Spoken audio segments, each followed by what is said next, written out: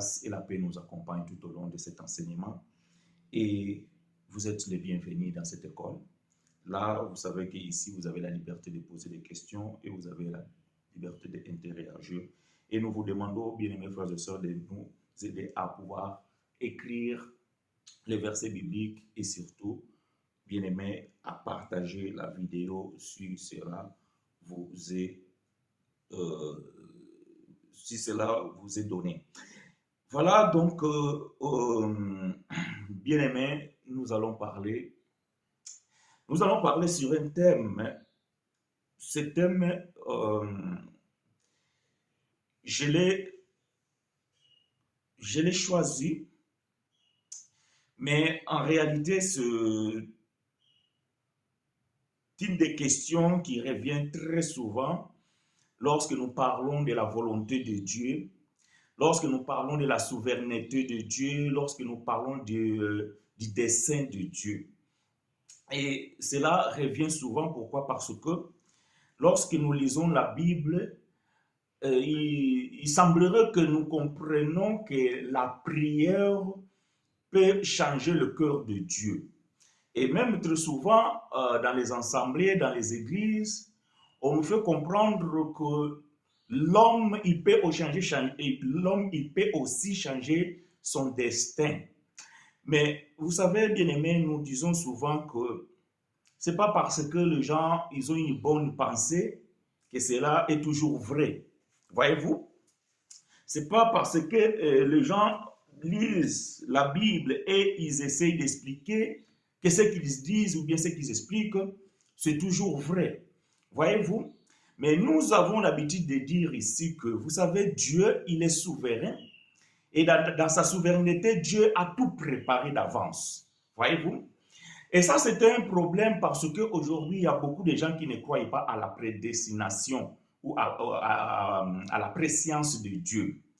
Il y en a certaines, donc, bon, quand ils lisent ce que bien-aimé frère Paul dit, oui, Dieu nous a élus avant la fondation du monde, alors là, ils sont d'accord avec Paul. Mais pour certaines choses, il semblerait que l'homme, il a le libre arbitre. Non, bien-aimé, l'homme n'a pas le libre arbitre. Et nous disons que tout ce qui s'est fait sur la terre, Dieu n'est pas innocent et Dieu n'est pas surpris. Voyez-vous, le Dieu de la religion, il s'est fait surprendre. Un Dieu capable de voir d'avance les choses. Il est en train de dormir, il se réveille de bon matin. Un diable est apparu, il a amené une maladie, coronavirus, et ça a décimé des hommes et femmes, des enfants et des vieilles.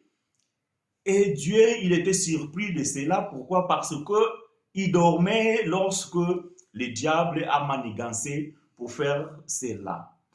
Nous disons que quand vous avez cette compréhension-là, c'est que vous ne connaissez pas Dieu, vous ne connaissez pas les Écritures et ni la puissance de Dieu. Autrement, vous êtes dans l'erreur. Voyez-vous? Quand les gens ils sont dans l'erreur, c'est parce qu'ils ne comprennent pas la puissance de Dieu. C'est parce qu'ils ne maîtrisent pas les Écritures. Un jour, les pharisiens plutôt les sadducéens, ils sont allés aborder Jésus au sujet du mariage, du remariage, la mort, la résurrection et ce que les gens deviendront ou ce que les gens deviennent là au ciel. J'aime bien la réponse de Jésus lorsqu'il a fini d'expliquer ce qui était.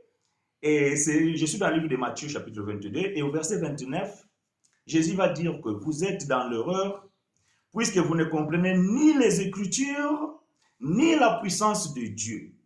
Lorsque nous ne comprenons pas les Écritures, nous ne pouvons pas comprendre non plus la puissance de Dieu. Et nous avons toujours dit ici que Dieu, c'est un scénariste. Voyez-vous bien que cela peut heurter certaines sensibilités, mais cela est vrai. Dieu est un scénariste.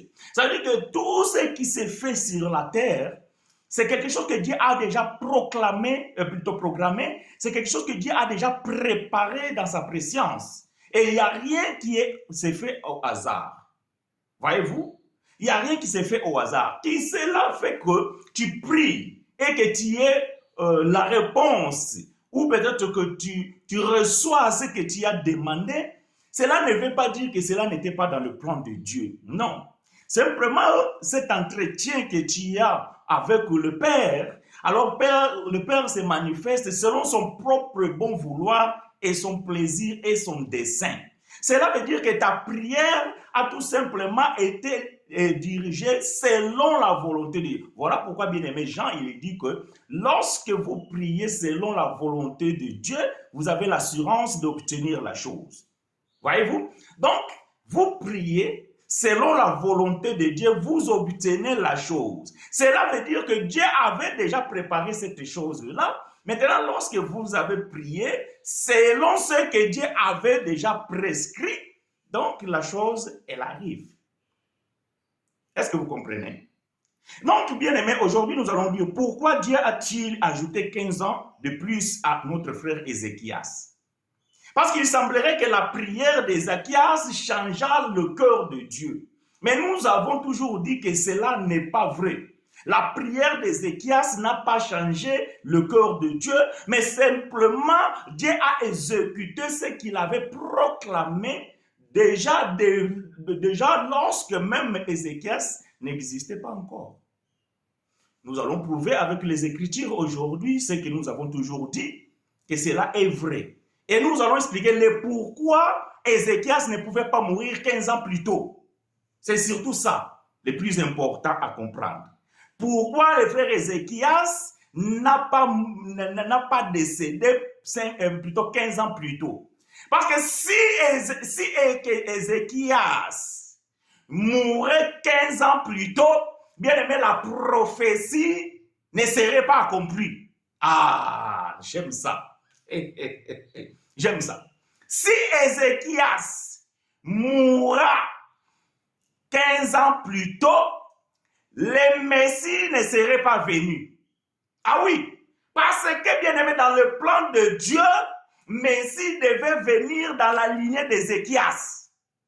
Mais remarquez que la lignée d'Ézéchias, avant la mort d'Ézéchias, ou bien plutôt, avant la prière d'Ézéchias, il y a eu comment on dit? Il y a eu un ancêtre de Jésus qui n'était pas encore né. Cela veut dire qu'il y a un des ancêtres de Jésus qui est né après la prière d'Ézéchias. Ça veut dire qu'il est né après que Dieu ait donné 15 ans de plus à Ézéchias. Donc, si Ézéchias mourait 15 ans plus tôt, cet ancêtre de Jésus ne serait pas né. De ce fait-là, bien aimé, donc les desseins de Dieu seraient été compromis. Mais cela n'est pas possible parce que Dieu fait toutes choses parfaitement. Nous sommes dans le livre des Psaumes, bien aimé, chapitre 33, verset 11. Que l'Éternel vous soit richement favorable. Psaume, chapitre 33, verset 11. Aidez-nous à écrire ces choses, bien aimés frères et sœurs, et que l'Éternel vous soit favorable. Psaume, chapitre 33, verset 11. Je vais lire pour vous et avec vous. Ainsi dit le psaume. Le dessein de l'Éternel subsiste à toujours, et les projets de son cœur, de génération à génération. Waouh! Excellente. Bien-aimés frères et sœurs, ce que Dieu a dit, ce n'est pas une maladie qui pourra l'arrêter. Ce que Dieu a dit, bien-aimés, ce n'est pas les sorciers de ta famille qui vont l'arrêter. Hier, j'ai partagé avec un bien-aimé et nous avions une réflexion. On s'est dit, mais comment c'est fait que quelqu'un vient vous dire, bien-aimé, je vois l'esprit de mort. Dieu m'a montré qu'il y a un esprit de mort dans ta famille. Dieu m'a montré qu'il y a un esprit de mort dans ta vie. Et il faut que tu pries. Bon, réfléchissons un peu quand même. Parce qu'il semblerait qu'à un moment donné, nous perdons la tête. Bon, quand nous avons notre tête et que nous avons toutes nos facultés, cela n'est pas interdit quand même de réfléchir. Dieu, admettons, donc, rentrons dans ces logiques religieuses. Dieu, il voit un esprit de mort en toi. Et il va voir un prophète pour lui dire qu'écoute, je vois l'esprit de mort dans la vie de mon fils ou de ma fille. Alors on va l'avertir qu'il y a un esprit de mort qui arrive, mais pour que cet esprit de mort ne l'atteigne pas, il faut qu'il prie Dieu. Hein? Dieu. Non, il y a un problème. Je pense qu'il y a un problème. Pas marabout, hein, mais Dieu. Non. C'est Dieu-là, il ne peut être qu'un Dieu de religieux. Le Dieu de la Bible, il n'a jamais agi de la sorte. Voilà, même quand vous cherchez dans la Bible, vous n'allez pas trouver cela. Donc, quand les gens lisent la Bible, ils se disent, oui, Dieu est ceci, il a envoyé le prophète Ésaïe, et voilà tout ça. Bien aimé, vous ne pouvez pas prendre un verset dans la Bible et en faire toute une doctrine, et aujourd'hui vous voyez des esprits de mort, et que quand Dieu vous envoie aller alerter ces gens-là dont ils ont l'esprit de mort, et Dieu leur demande de prier pour que Dieu puisse enlever l'esprit de mort. Ésaïe chapitre 38, versets 1 à 5. Ésaïe chapitre 38, versets 1 à 5. Que l'Éternel vous soit favorable. Je lis pour vous et avec vous. Livre prophétique des bien-aimés frères Ésaïe, dans son chapitre 38, versets 1 à 5. Je lis pour vous et avec vous. En ce temps-là, Ézéchias fut malade à la mort. Le prophète Ésaïe, fils d'Amon, vint auprès de lui et lui dit, « Ainsi parle l'Éternel, donne tes ordres à ta maison, car tu vas mourir, et tu ne vivras plus. » Ézéchias tourna son visage contre le mur et fit cette prière à l'Éternel.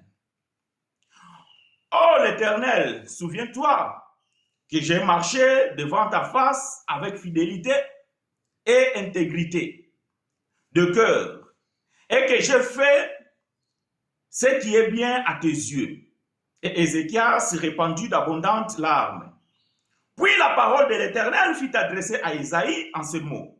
« Va et dis à Ézéchias, ainsi parle l'Éternel, le Dieu de David. » Très important, retenez bien ça. Le Dieu de David.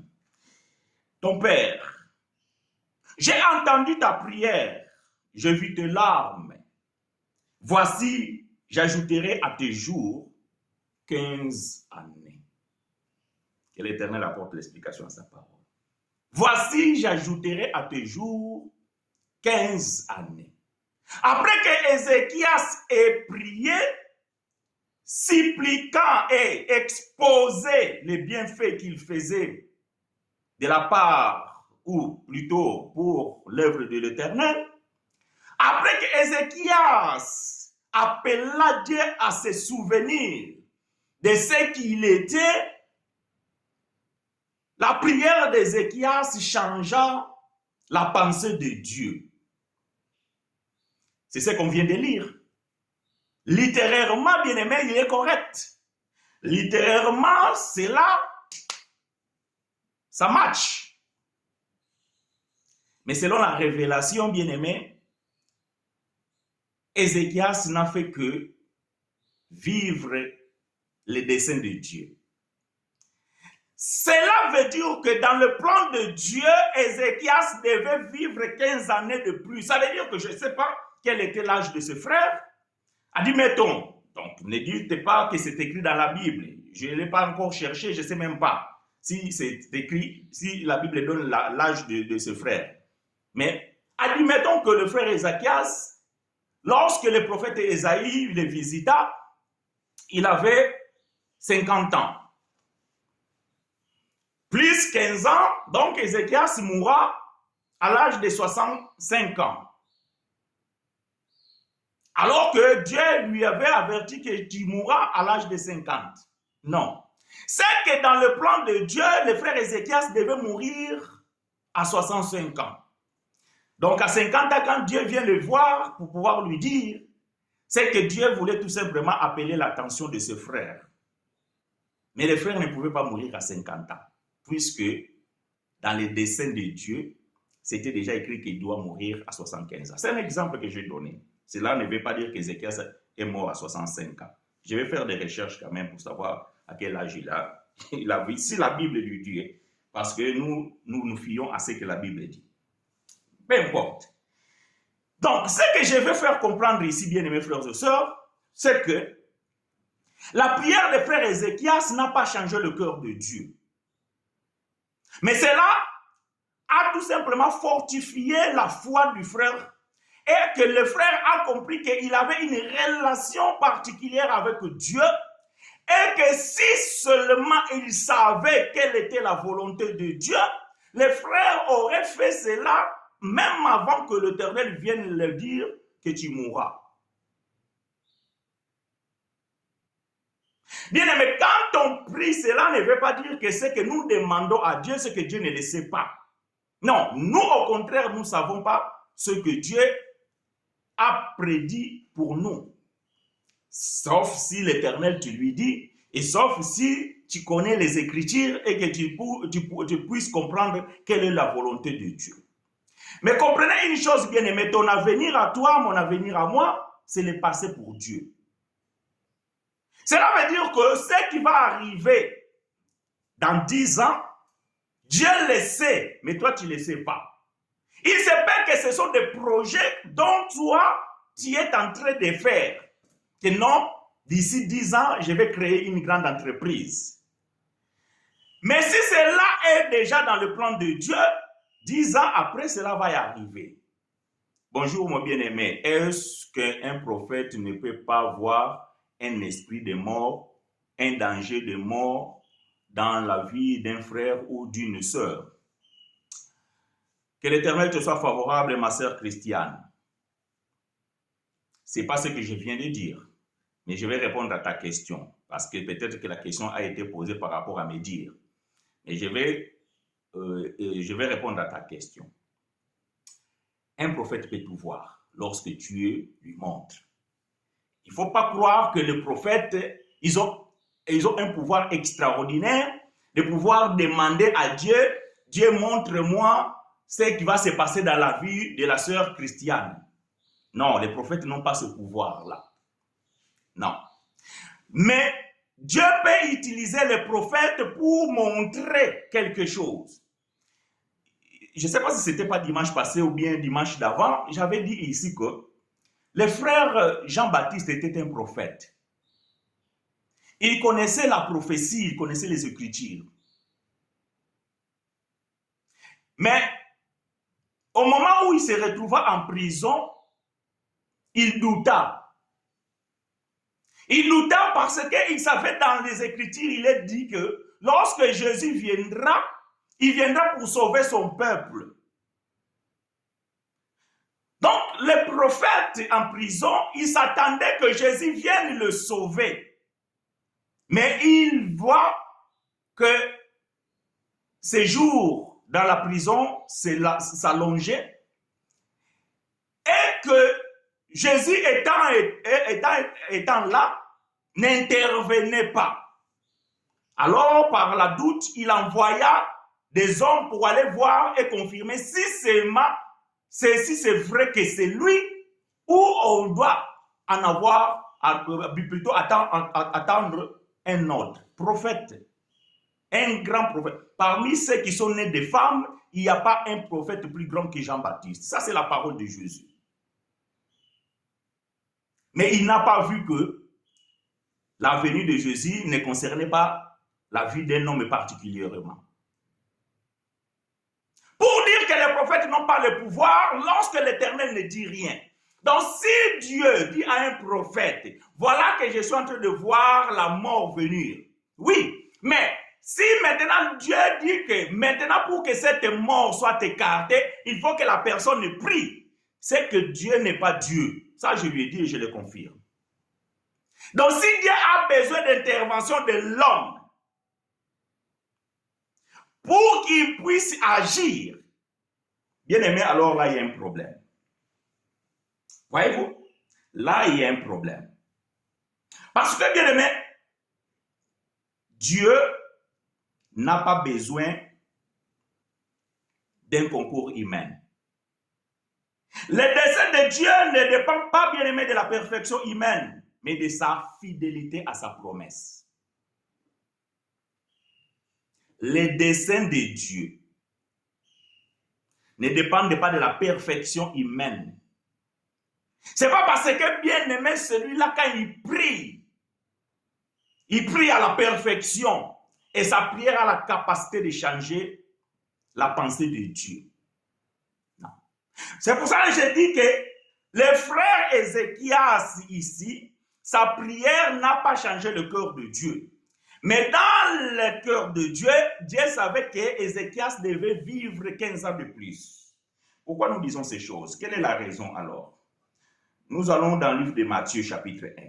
Nous allons expliquer quelle est la raison que le frère Ézéchias devait vivre 15 ans de plus. Parce que cela est le dessein de Dieu. Matthieu chapitre 1, nous allons lire verset 1. Après, nous allons sauter, nous allons lire verset 6 à 10. Pour ne pas être long, parce que nous pouvions lire des versets 1 jusqu'au verset 17. Mais je vais vous épargner certains versets. Donc, Matthieu, livre biographique et historique du frère Matthieu, chapitre 1, verset 1. Après, nous allons lire verset 6 jusqu'au verset 10. Je lis pour vous.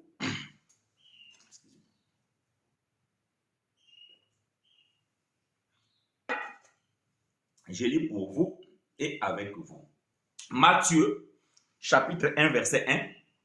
Après, verset 6 à 10. Généalogie de Jésus-Christ, fils de David, fils d'Abraham. Ça, c'est le verset 1. Maintenant, verset 6 à 10. Face à une telle prophétie, quelle attitude devons-nous avoir? Ok. Je vais te répondre, ma sœur.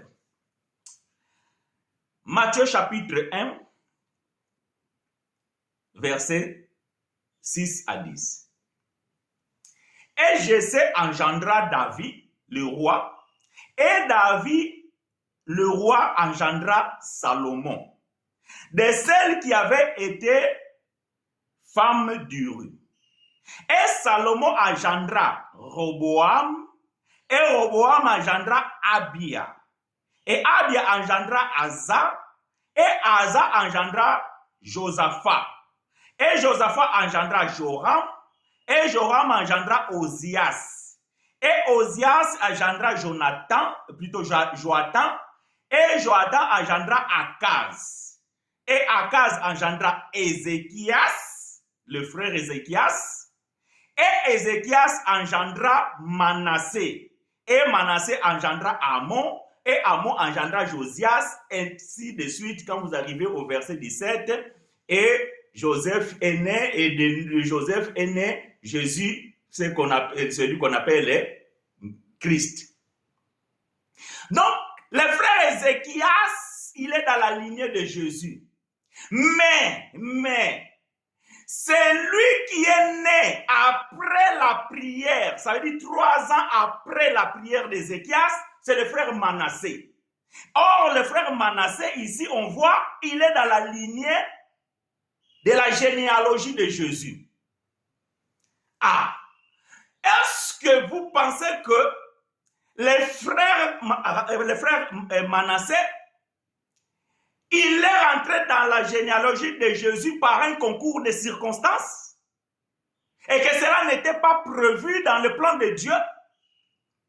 Non. Le frère Manassé, il était déjà prédestiné dans la généalogie de Jésus. Mais seulement le frère Manassé est né 3 ans après que Dieu ait guéri son père Ézéchias. Je pose la question. Si Ézéchias mourra 3 ans plus tôt, avant la naissance de Manassé, alors le dessein de Dieu serait compromis. Mais la Bible nous dit, les desseins de l'Éternel subsistent à toujours et les projets de son cœur de génération à génération. Avant que le monde soit monde, Dieu a déjà préparé les gens qui devaient être dans la lignée de Jésus. Et parmi ces gens-là, il y a le frère Manassé. Mais seulement frère Manassé, il est né 3 ans après que Dieu ait visité le frère Ézéchias pour lui dire que je t'ajoute 15 ans de plus. Donc si le frère Ézéchias mourra 15 ans plus tôt, c'est que le frère Manassé ne serait pas venu. Puisque le frère Manassé ne pouvait pas venir dans un autre lignée, il devait sortir de la lignée du frère Ézéchias. Donc vous comprenez que la prière de frère Ézéchias n'a pas changé le plan de Dieu. Job chapitre 42. Job, je vais revenir ma soeur, je vais répondre. Job chapitre 42. Job 42, verset 2. Je reconnais que tu peux tout et que rien ne s'oppose à tes pensées. Rien ne s'oppose aux pensées de Dieu. Si Dieu avait décidé qu'Ézéchias devait mourir, la prière d'Ézéchias ne pourrait pas s'opposer à la volonté de Dieu. La prière d'Ézéchias ne pouvait pas s'opposer à la pensée de Dieu.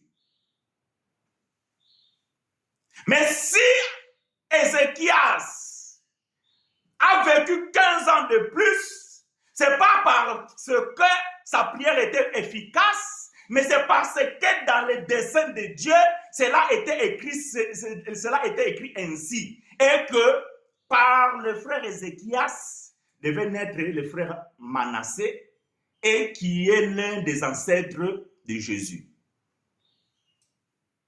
Voilà pourquoi le frère Ézéchias ne pouvait pas mourir plus tôt.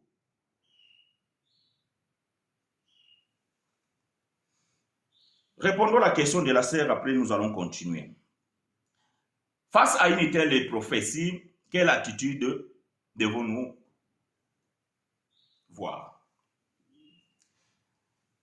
Ma sœur, je suis tenté de te dire, demande à Dieu, tu pries, Dieu, non, je vais pouvoir t'aider autrement. Tu es un enfant de Dieu, amoureux de la parole de Dieu. Lorsque une telle prophétie est survenue, rentre dans la parole de Dieu. Allez demander ou allez pour chercher qu'est-ce que Dieu a dit dans sa parole. Bon, je vais donner le psaume 139, un psaume que j'aime tant. Vous savez, j'ai presque envie de dire que moi j'ai vu pour ce psaume. Et peut-être que ma femme peut témoigner. Souvent, dans des choses, vous savez, dans la famille, dans la société, même dans notre vie, il y a tellement de circonstances. Et souvent, je dis à mon épouse que c'est le plan de Dieu. Parce que moi, je ne vis pas au hasard. Il n'y a rien qui arrive dans ma vie au hasard. C'est le plan de Dieu. Et je crois à cela.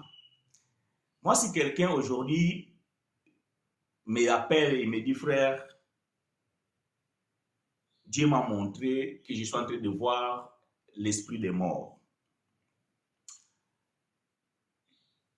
Bon, vous savez, dans toute chose, dans toutes circonstances, la première chose de faire, c'est de rendre grâce à Dieu. C'est ça la première prière à faire. Parce que quand on t'appelle, on te dit ce genre de choses, on a tendance de commencer à chasser les démons, de résister à la puissance des morts et tout ça là. Non. La première chose à faire, c'est de rendre grâce à Dieu dans toutes circonstances. Et dans cette circonstance qu'on te donne une mauvaise nouvelle comme celle-là, donc tu rends grâce à Dieu. Une fois que tu as rendu grâce à Dieu, maintenant tu dis que ta volonté soit faite. Psaume 139. Écoutez ce que le psalmiste va dire. Et moi, je trouve je me ressource dans ces psaumes lorsque il y a même des choses qui peuvent peut-être déranger mon cœur, parce que je suis un être humain. Mais quand je rentre en moi-même et j'aime tellement méditer ces paroles-là. Psaume 139, bon, le psaume, vous savez, peut-être dans ta Bible, c'est 140, peut-être dans l'autre Bible, c'est 38, 138, bon, peu importe. Si ce que je suis en train de lire ne se trouve pas dans la Bible, essayez de regarder chapitre après ou chapitre avant, verset après ou verset avant, parce que le psaume, tout dépend de la version de la Bible que tu as. Psaume 139, je vais commencer par le verset 14 jusqu'au verset 18. Écoutez ce que le psalmiste dit ici. Donc, je reçois une prophétie de telle manière qu'on m'a annoncé, on a vu l'esprit des morts en moi. Donc, il se peut que si je sors comme ça, je vais faire un accident et je vais mourir. Je prends Psaume 139 à partir du verset 14. Je te loue de ce que je suis une créature si merveilleuse. Tes œuvres sont admirables et mon âme le reconnaît bien. Mon corps n'était point caché devant toi. Lorsque j'étais fait dans un lieu secret, tissé dans les profondeurs de la terre. Quand je n'étais qu'une masse informe, tes yeux me voyaient. Avant que le prophète même puisse voir l'esprit des morts, Dieu le savait déjà. Mais bon, prophète, il a vu, ok.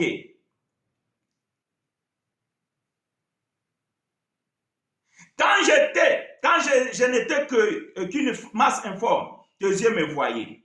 Et sur ton livre était tout inscrit, sauf rien. Le jour qui m'a été destiné avant qu'aucun d'eux existât. Même le jour que le prophète a vu l'esprit des morts en toi, ces jours-là, Dieu l'avait déjà compté. Que tes pensées, ô Dieu, me semblent impénétrables. Que le nombre en est grand. Si je les compte, elles sont plus nombreuses que les grains de sable. Je m'éveille et je suis encore avec toi. Si tu es avec Dieu, si Dieu est avec toi, vous avez l'habitude souvent de lire des versets bibliques comme des slogans, mais lorsqu'il faut la réaliser, la foi n'est plus là. Si Dieu est pour nous, qui sera contre nous? Qui nous séparera de l'amour de Dieu? Est-ce que la mort? Bien aimé, si tu dois mourir, tu vas mourir le jour de Dieu. Non, je répète. Si tu dois mourir, tu vas mourir le jour de l'éternel. Si Dieu a dit que tu vas vivre 80 ans, tu vas vivre 80 ans, ma soeur, que personne ne te ment. Et ceux qui meurent à 20 ans, ils ont fait leur temps. Et ils sont morts le jour de Dieu. Ah oui, ils sont morts le jour de Dieu.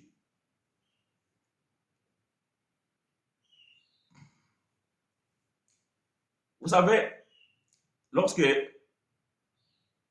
un homme de Dieu ne te donne pas une bonne nouvelle, il faut faire attention. Donc, si je comprends bien, on ne doit pas prier. Alors, non, tu ne m'as pas compris. Tu n'as pas bien compris. Ok? Donc, tu n'as pas bien compris. Donc, la sœur dit, si je comprends bien, non, tu n'as pas bien compris. Non, tu n'as pas bien compris. J'ai dit, quand on te donne ce genre de nouvelles, il faut que tu pries. Et j'ai dit que la prière que tu dois faire, c'est l'action de grâce. Ok?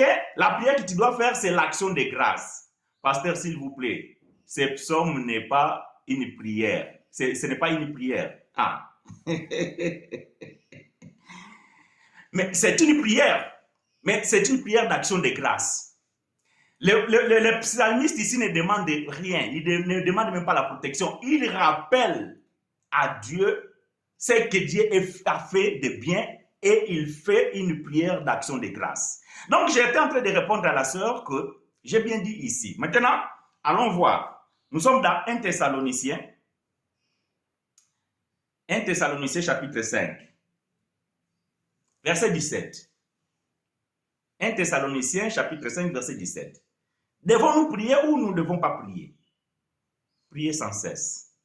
Voilà ce que Paul dit. 1 Thessaloniciens chapitre 5 verset 17. Prier sans cesse. Bon frère Paul, quelle est cette prière que nous devons faire sans cesse? Verset 18. Rendez grâce en toutes choses, car c'est à votre égard la volonté de qui? De votre prophète? La volonté de maman pasteur? La volonté des frères chinois? La volonté de qui? La volonté de Dieu en Jésus-Christ. Donc ma soeur, un prophète qui t'annonce qu'il voit l'esprit des morts en toi, tu rends grâce à Dieu. Parce que si la mort doit venir, cela est la volonté de Dieu. Mais la mort ne peut pas venir parce que le diable, il a décrété. Quand le diable décrétait la mort dans ta vie, Dieu était où? Dieu dormait. S'il n'y a que le Dieu de Baal qui peut dormir. Parce que le Dieu de Baal, quand il dort, il n'entend pas la prière. Voilà pourquoi le prophète te dit, criez encore. Sautez. Peut-être qu'il est en voyage. Le Dieu de Baal, il peut aller en voyage et oublier ses enfants.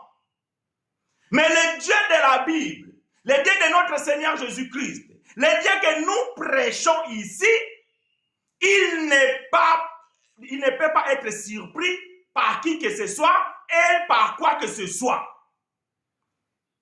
Et ce qui vient et ce qui arrive, c'est le dessein de Dieu.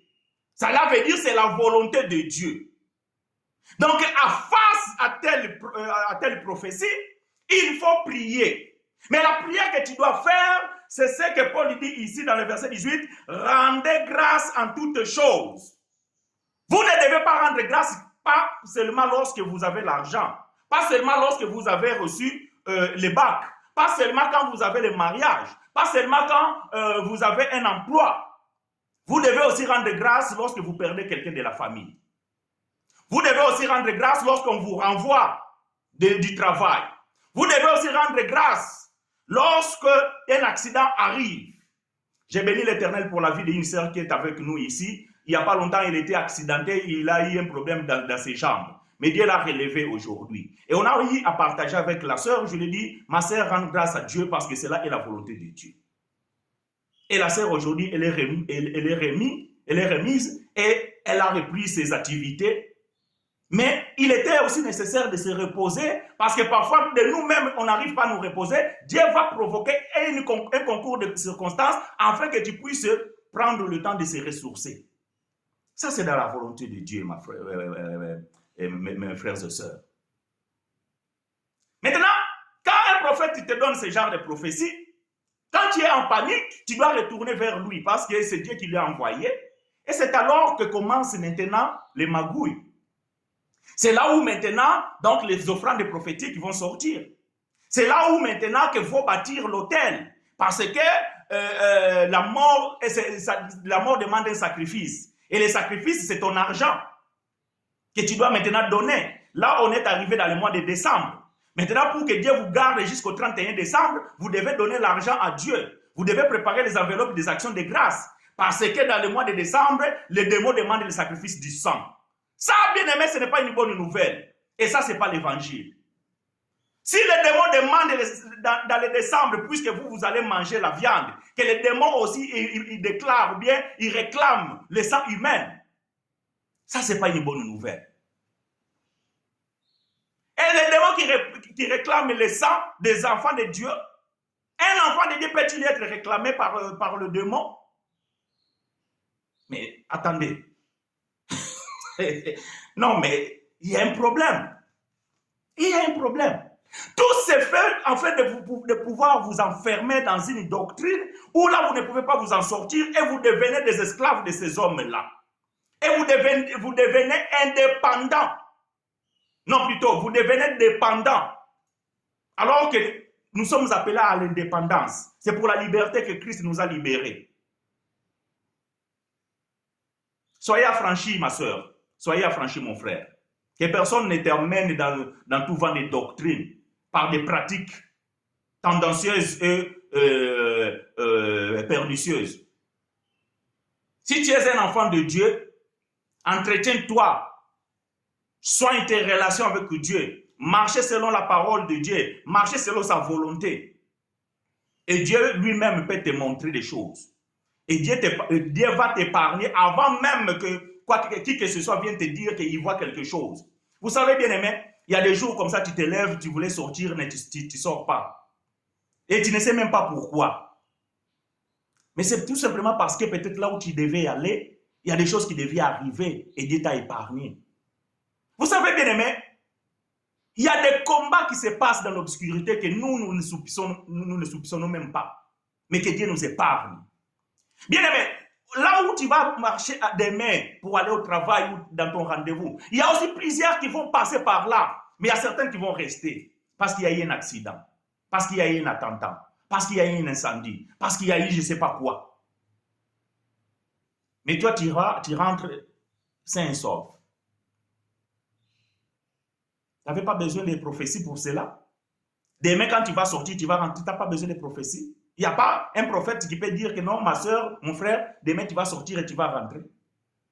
Et ceux-là qui ne rentrent pas, c'est parce qu'on ne les a pas prophétisés et qu'on n'a pas vu la mort. Ceux qui sont en train de mourir aujourd'hui, c'est parce qu'on n'a pas vu leur mort. Et parce qu'ils n'ont pas prié pour éviter la mort. Et pourquoi les gens meurent alors? Si la prière peut-il changer la pensée de Dieu par rapport à la mort, pourquoi les gens meurent? Soyons matures. Comprenons les Écritures et la parole de Dieu. Revenons dans notre histoire. J'aime ça. Bien aimés frères et sœurs, je suis en train de dire que les frères Ézéchias ne pouvaient pas mourir 15 ans plus tôt.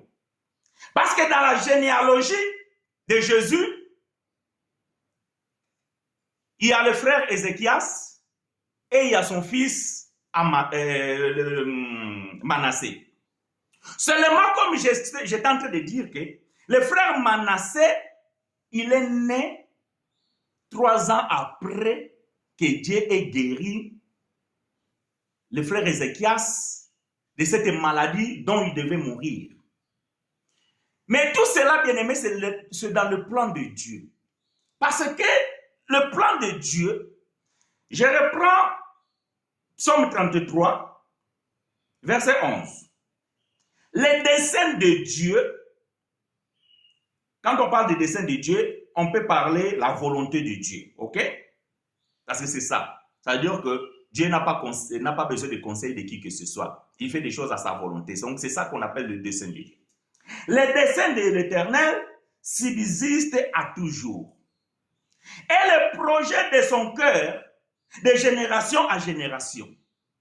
Lorsque Dieu va visiter David, il va dire à David que ton trône subsistera de génération à génération. C'est par toi où viendra le roi de rois. Maintenant, dans cette lignée bien-aimée, il y a un frère qui doit naître. Mais ce frère qui va naître, il va naître dans la lignée d'Ézéchias. Seulement, ce frère qui est né, il est né après que Ézéchias ait eu vie sauve par rapport à ce que Dieu l'avait averti qu'il devait mourir. Maintenant, je pose la question. Est-ce que ce que Dieu a dit à David n'était pas vrai? Bien sûr que c'était vrai. Mais si Dieu avait déjà dit à David, si Dieu avait déjà dit à David que le Messie devait venir dans son lignée, comment cette lignée devait s'arrêter par la mort d'Ézéchias?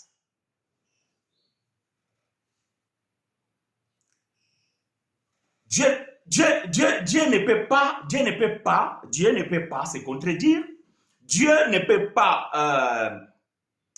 pas dire quelque chose et que son dessein, comme dit Psaume ici, que son dessein subsiste à toujours et le projet de son cœur de génération en génération est arrivé à la génération de frère Ézéchias. Dieu maintenant va pouvoir dire que bon, Ézéchias, tu vas mourir. Alors que Manassé, qui devait faire la continuité, n'était pas encore mort. Non, analysons, parce que je suis en train de vous amener dans la réflexion.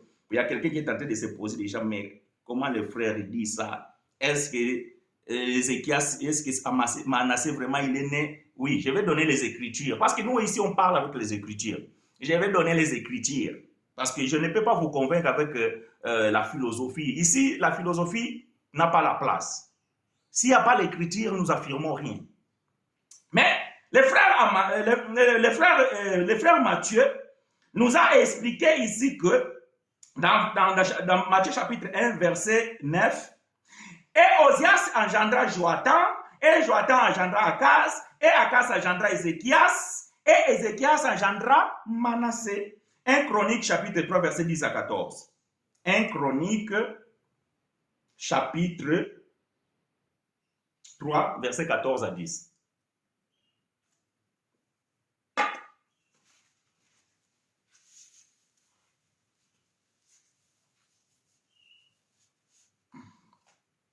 Un Chronique chapitre 3, verset 10 à 14. Je lis pour vous et avec vous. Ce sont là les fils de David. Bon. Matthieu chapitre 1, verset 1. Généalogie de Jésus-Christ, fils de David, fils d'Abraham. 1 Chronique chapitre 3, verset 10 à 14. Ce sont là tous les fils de David. Outre les fils de concubines, et Tamar était leur sœur. Fils de Salomon, Roboam, Abijah, son fils, Asa, son fils, Josaphat, son fils, Joram, son fils, Akazia, son fils, Joas, son fils, Amathia, son fils, Azaria, son fils, Jotam, son fils, Akaz, son fils, Ézéchias, son fils, Manassé, son fils, Amon, son fils, Josias, son fils. Donc, les mêmes noms que vous trouvez dans Matthieu, voilà, on les trouve déjà dans Chronique. Donc, les fils de David, les frères Ézéchias en fait partie, les frères Manassé en fait partie, et c'est de cela est issu Jésus, le Fils de Dieu. Bon, maintenant, qu'est-ce qui confirme que les frères Ézéchias et les frères Manassé est né après? C'est la Bible. La Bible elle-même le confirme. Bon, prenons Ésaïe chapitre 38, verset 5. La Bible dit ceci, donc nous venons de lire, je le répète. J'ajouterai à tes jours 15 années et je te délivrerai, toi et cette ville, de la main du roi d'Assyrie. Je protégerai cette ville à cause de moi et à cause de David, mon serviteur. Est-ce que vous êtes en train de comprendre? À cause de David, mon serviteur. Pourquoi? Parce que les promesses de Dieu ne tarissent point. Ce que Dieu a promis à David ne peuvent pas tarir. Quelle était la promesse? De toi sortira le roi des rois. Ça, c'était la promesse. À cause de cette promesse, les frères Ézéchias ne pouvaient pas mourir.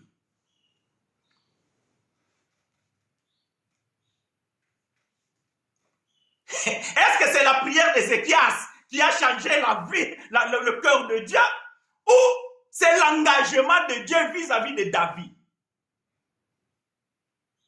C'est l'engagement de Dieu. À cause de David, ton père, mon serviteur, je t'ajoute 15 années de plus. Pourquoi? Parce que ce que j'ai promis, ma promesse, elle ne peut pas tarir. Et cette promesse, de génération à génération, doit s'accomplir jusqu'à ce que l'accomplissement final arriva à la personne de Jésus. Où est maintenant l'efficacité de la prière d'Ézéchias? Nulle. Nulle. que tu as prié. Dieu n'a pas dit ça. Ézéchias, à cause de ta prière, mon cœur est bouleversé. Maintenant, je t'ajoute 15 ans de plus. Non. À cause de mon serviteur, David, ton père. Parce que j'ai fait une promesse. Parce que je me suis engagé. J'ai fait un pacte avec lui. Et ma promesse doit s'accomplir.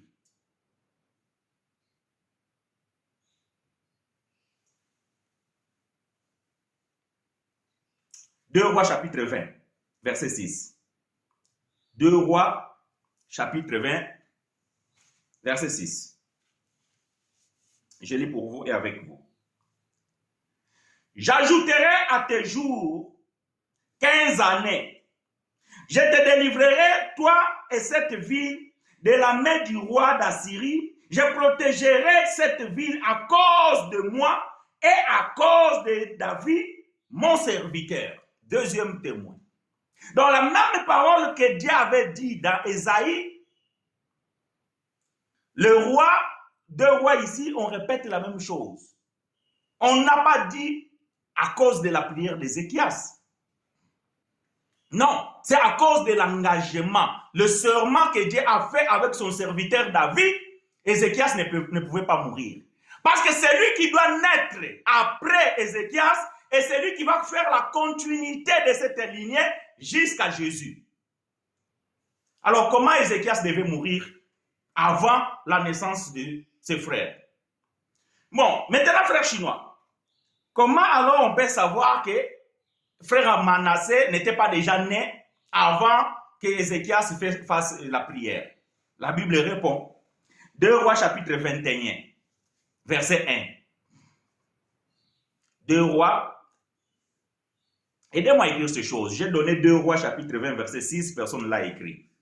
Parce que cela aide aussi ceux-là qui viennent après. Donc nous venons de lire 2 Rois chapitre 20, verset 6. Maintenant nous allons lire 2 Rois chapitre 21. Donc vous avez la Bible, vous tournez la feuille de l'autre côté. Verset 1. 2 Rois chapitre 21, verset 1. Je lis pour vous et avec vous. Manassé avait 12 ans lorsqu'il devint roi et il régna 55 ans à Jérusalem. Sa mère s'appelait Eftisiba. Ah! Voilà. Quand Manassé est devenu roi, suite de la mort de son père, il avait 12 ans. Donc, si Dieu a ajouté 15 ans au frère Ézéchias, et que quand il meurt, son fils prend pouvoir et le fils avait 12 ans, 15 moins 12, ça fait 3. Donc, cela prouve que le frère Manassé est né 3 ans après que Dieu a guéri son père de cette maladie qui devait le tuer. Oui ou non? Bon, on va faire un peu de la mathématique. Dieu ajouta 15 ans. Il donne 15 ans au frère. Après le frère, son fils doit succéder. Quand le frère meurt, la Bible dit que son fils qui l'a succédé avait 12 ans. Donc, dès l'arrêté de Dieu qui devait tuer Ézéchias, Dieu l'ajouta 15 ans. Mais l'enfant qui doit remplacer le frère, quand le frère meurt, cet enfant avait 12 ans. C'est que cet enfant est né 3 ans après. Voyez-vous que la prière d'Ézéchias n'a changé rien dans le plan de Dieu, puisque le plan de Dieu, c'est que Jésus devait sortir de la lignée de David. Et Ézéchias, c'est un des fils de David. Et donc, la suite des fils d'Ézéchias, c'est Manassé. Seulement, Manassé est né après la guérison, 3 ans après la guérison de son père. Donc, Dieu, c'est metteur en scène.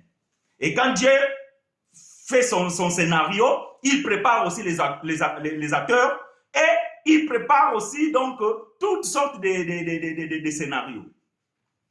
Maintenant, quand vous lisez la Bible, au pied de la lettre, frère chinois, comment tu peux dire ça? La Bible dit, frère Ézéchias, il a prié et Dieu a changé de pensée.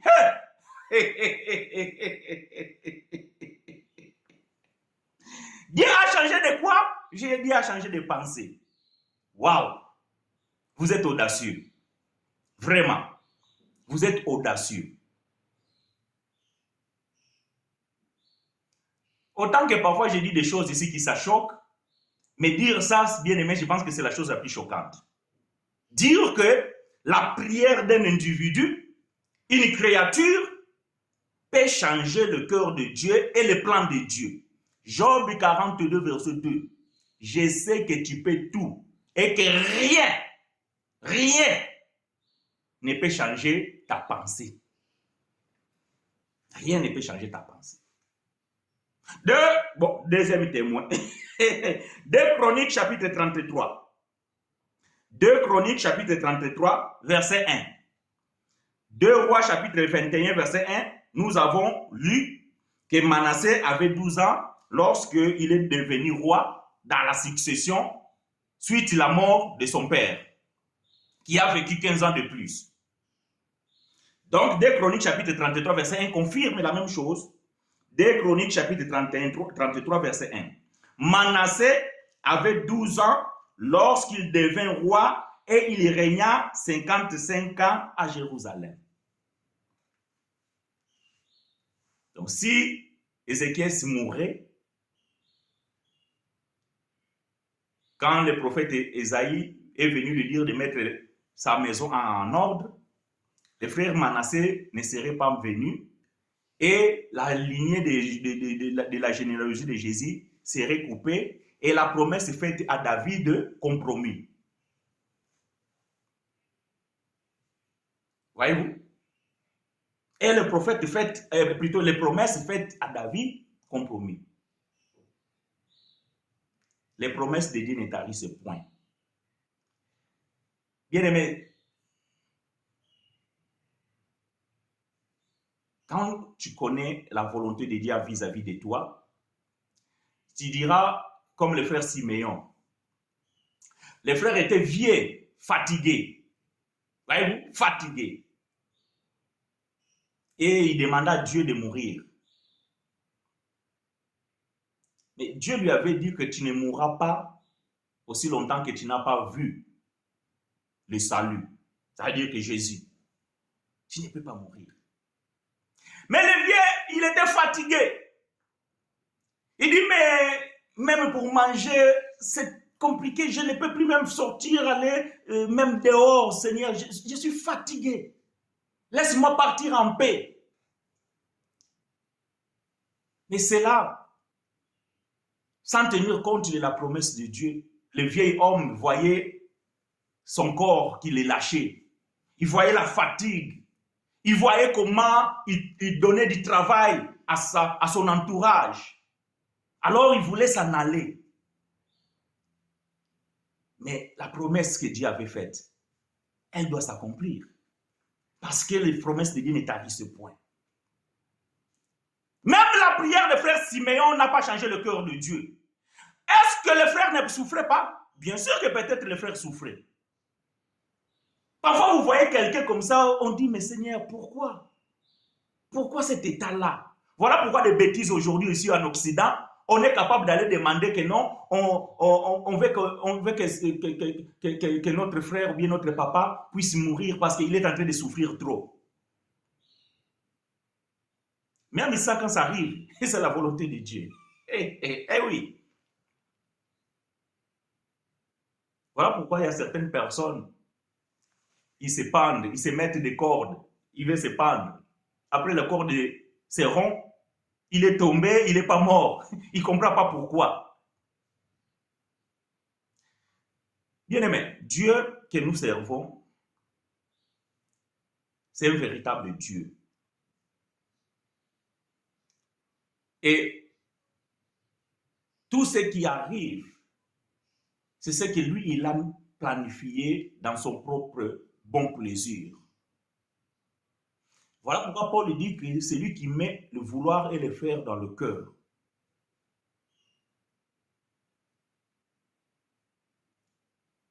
lorsque Dieu a un projet, lorsque Dieu a un plan, lorsque Dieu a son dessein bien tracé, mais rien, quand je dis rien ne peut déranger ça. Rien ne peut déranger ça. Même pas les autorités de ce monde. Même pas le royaume des diables, ou des démons, ou royaume, je ne sais pas, des sorciers, je ne sais pas de quoi. Rien. Parce que Dieu, quand il a donné sa promesse, et cela doit s'accomplir. Le problème aujourd'hui, c'est que le 31 décembre, vous attendez les promesses de vos pasteurs. Ils doivent proclamer pour 2026.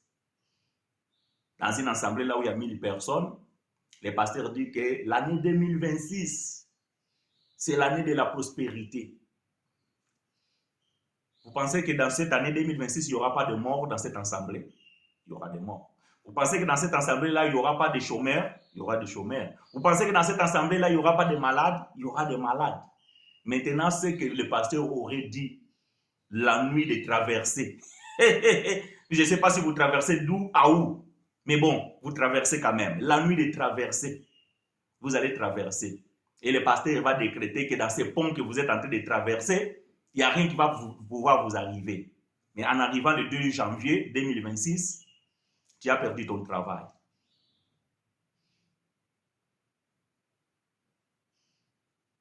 Bon, il semblerait que le pasteur, il a menti. Et le pasteur, il a dit tout simplement quelque chose qu'il voulait dire pour vous faire plaisir. La volonté de Dieu.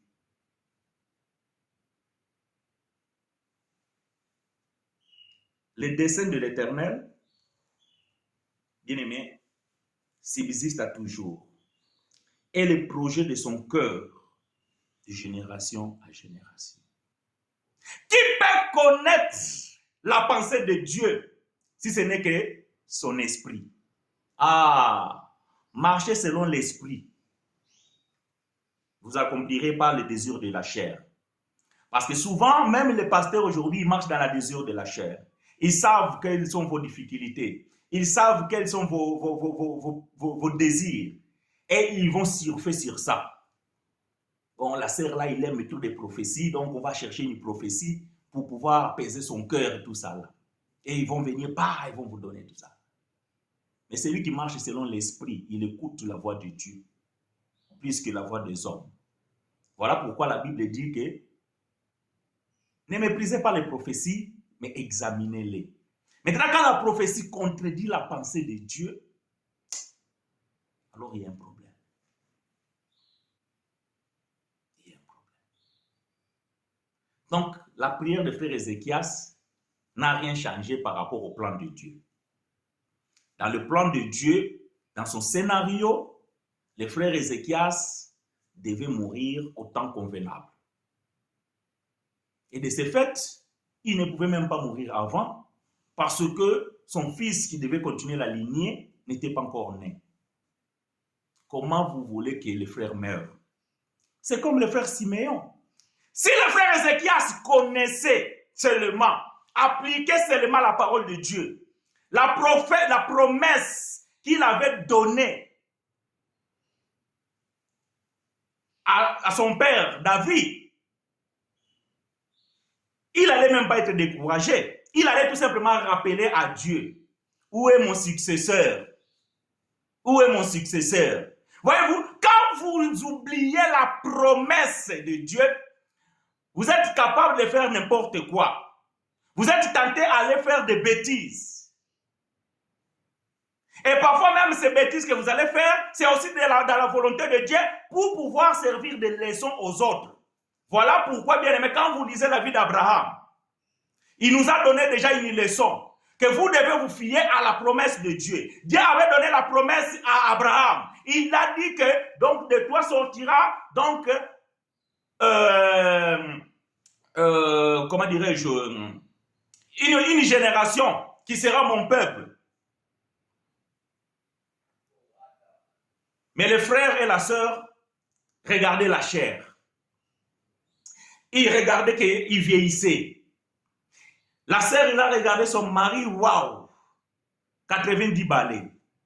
Et il s'est regardé elle-même, il s'est dit, waouh, 70 balais. Il dit non, là c'est mort.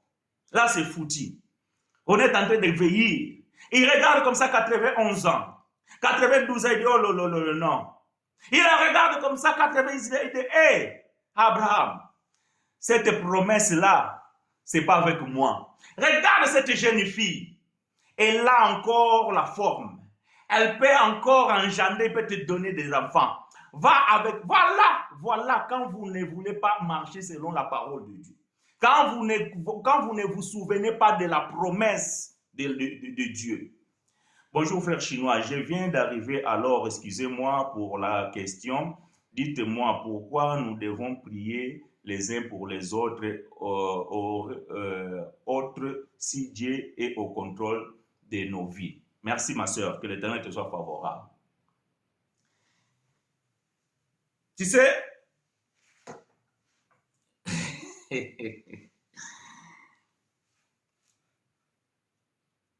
j'étais en train de parler avec un frère au travail. C'est un ancien dans une assemblée. Et on discutait comme ça avec lui.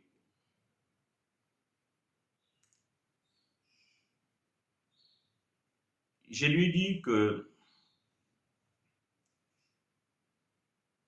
parfois, quand on est enfant de Dieu, souvent nous oublions certains principes. Et il semblerait que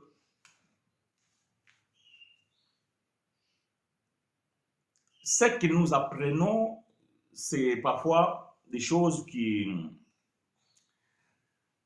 En fait, ça marche simplement quand tout va bien. Prier les uns par rapport aux autres, c'est une façon de fortifier parfois les personnes. J'ai dit à ces frères-là, moi je suis quelqu'un, émotionnellement, dans certaines circonstances, j'arrive pas. Vous savez, par exemple, quelqu'un qui perd un proche, un proche, trouver des mots pour pouvoir les fortifier ou bien tout ça là, parfois on les fait. Vous voyez, quelqu'un t'appelle, voilà tout ça là, donc tu appelles, oui, Dieu est avec nous, tu consoles tout ça là. Je dis, c'est pas mauvais, c'est bien. Mais quand tu n'as pas vécu la chose, tu ne peux pas le savoir. Moi, avant, quand quelqu'un m'appelait, il a perdu sa maman, son père, tout ça, voilà, j'ai cherché des mots de confort, tout ça. Mais les jours où cela m'est arrivé, j'ai vite compris que dans ce moment-là, il n'y a aucun mot. Voyez-vous, il n'y a aucun mot qui peut suffire. Il n'y a pas.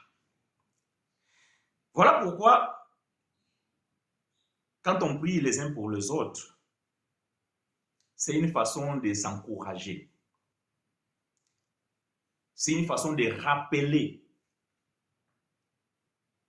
Tu vois? Cela ne veut pas dire que quand on dit prier pour les uns pour les autres, c'est que c'est toi qui es le médiateur ou bien l'intercesseur. C'est Jésus qui est l'intercesseur. Mais toi, tu es là pour pouvoir aussi amener celui qui est faible. Donc, lui ramener dans la parole. Donc, maintenant, quand tu pries, cela fait que la personne plutôt comprend qui il est, quelle est son identité. Quand je parle ici, souvent je dis que l'Éternel vous soit favorable. C'est une prière. Donc, je prie pour vous, que l'Éternel vous soit favorable. Ce n'est pas que le fait que je lui ai dit que l'Éternel vous soit favorable, que Dieu attendait d'abord que moi je lui dise. Non, c'est que Dieu nous est déjà favorable, voilà pourquoi même déjà nous a donné le souffle de vie. Mais moi je reconnais cela, donc je l'exprime, ça veut dire je le confesse, les bienfaits de Dieu. Mais ce n'est pas le fait que je le fais, cela a changé la pensée de Dieu. Ce n'est pas parce que tu pries pour l'autre et l'autre prie pour toi que cela va changer la pensée de Dieu. Non, mais cela est important parce que cela tisse un lien. Cela nous solidarise. Je ne sais pas si j'ai bien prononcé le mot. Cela nous rend solidaires les uns les autres. C'est la même chose lorsque nous sommes rassemblés pour faire des louanges à l'Éternel. Et dans ces moments-là, donc, il y en a qui sont plus faibles que nous. Donc, ils ont besoin de ces paroles-là. Et cela ne veut pas dire que cela va pouvoir changer quoi que ce soit. Non. Jésus, lorsqu'il était sur la terre, il enseignait. Il dit, demandez, vous serez donné. Frappez, on vous ouvrira. Cherchez, on vous donnera. Mais lui-même, il va dire,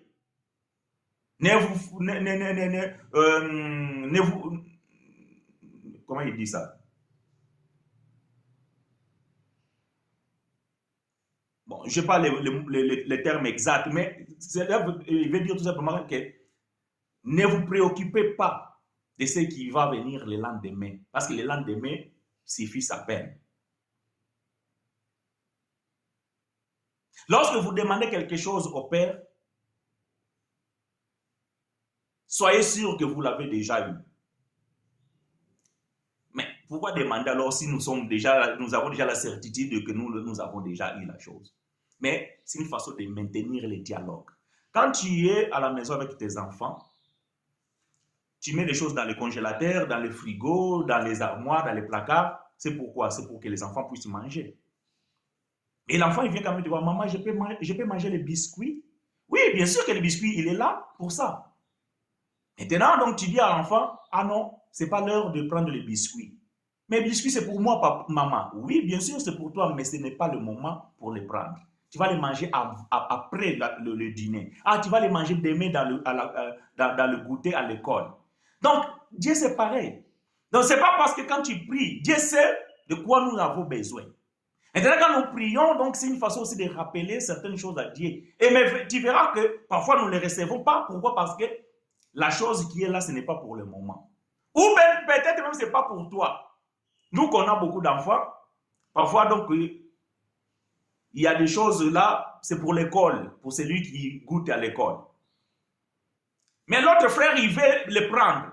Il dit non, ce n'est pas à toi, c'est à ton frère. Mais il a demandé. Mais je refuse parce que ce n'est pas pour lui. Donc, vous voyez, donc nous devons comprendre cette relation entre Dieu et nous. Et de même cette relation entre nous les parents et nos enfants, ou lorsque nous étions des enfants avec nos parents. Donc, ce lien-là, cette relation-là, quand dans une famille, entre les parents et les enfants, il n'y a pas de dialogue, cette famille, elle est morte. De la même chose aussi dans la famille de Dieu. Lorsque les enfants de Dieu n'ont pas de dialogue avec leur père, donc cela est mort. Et tu verras qu'entre tes enfants, parfois entre eux, ils se parlent. Ah, moi j'ai l'idée, je vais demander à maman de m'acheter le t-shirt là que j'ai vu. Ah, attention, ça coûte cher, peut-être que maman ne sera pas d'accord. Donc cela veut dire qu'ils sont en train de prier entre eux. Donc la prière, c'est un dialogue, c'est une façon de parler. Donc, tu vois, de même aussi, nous, donc je peux m'entretenir avec toi, tu peux t'entretenir avec moi au sujet de la parole de Dieu par rapport à ce que nous pouvons aussi demander à Dieu et ce que nous ne pouvons pas demander. Voyez-vous? Donc, il ne faut pas penser que nos prières changent la pensée de Dieu. Non, mais cela entretient une bonne relation avec le Père. Et nous devons le faire. Et cela est très important. Vous savez, dans des moments de faiblesse, parfois, un mot de la sœur, un mot d'un frère, ça peut nous ramener dans l'assurance. Ça peut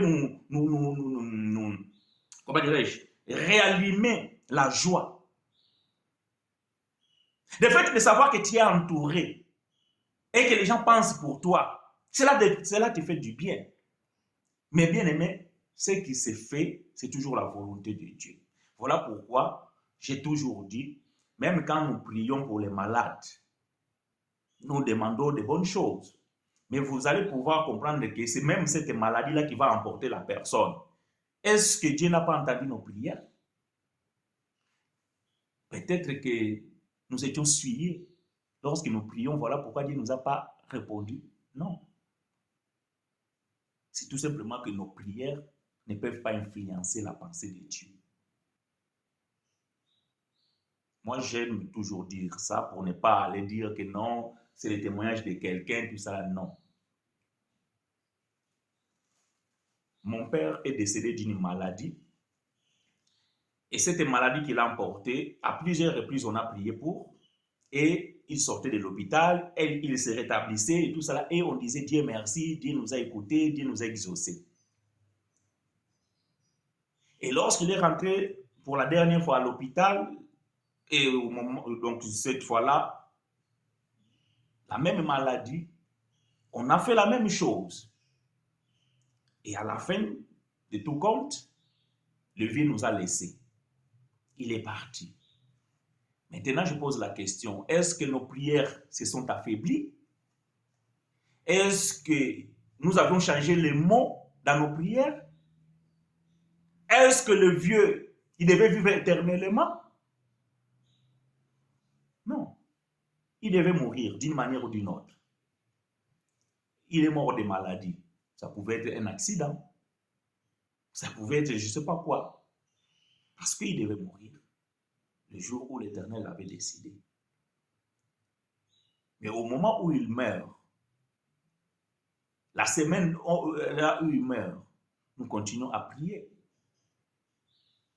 De la même manière, on le faisait avant. Et cette maladie a duré 6 années.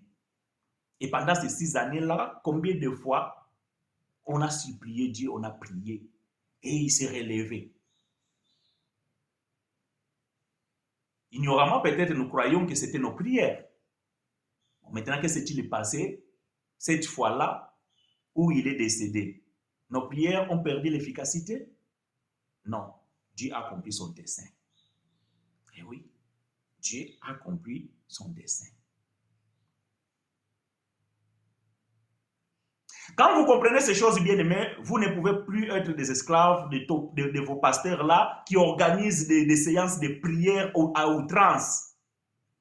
Ils vont vous faire des jeûnes de prière de 21 jours, de 40 jours, de 50 jours pour obtenir je ne sais pas quoi que ce soit. Quand vous comprenez qu'est-ce que c'est la volonté de Dieu, vous allez marcher avec l'assurance.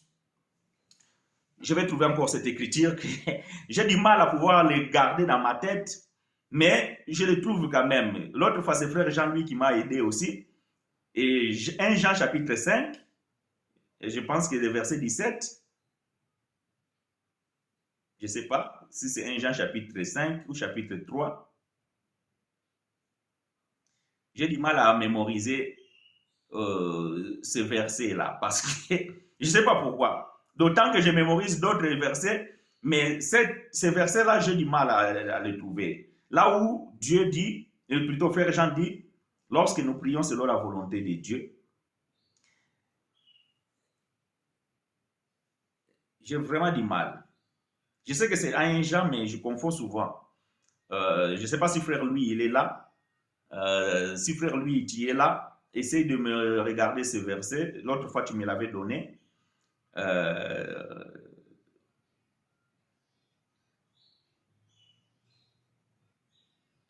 Jean.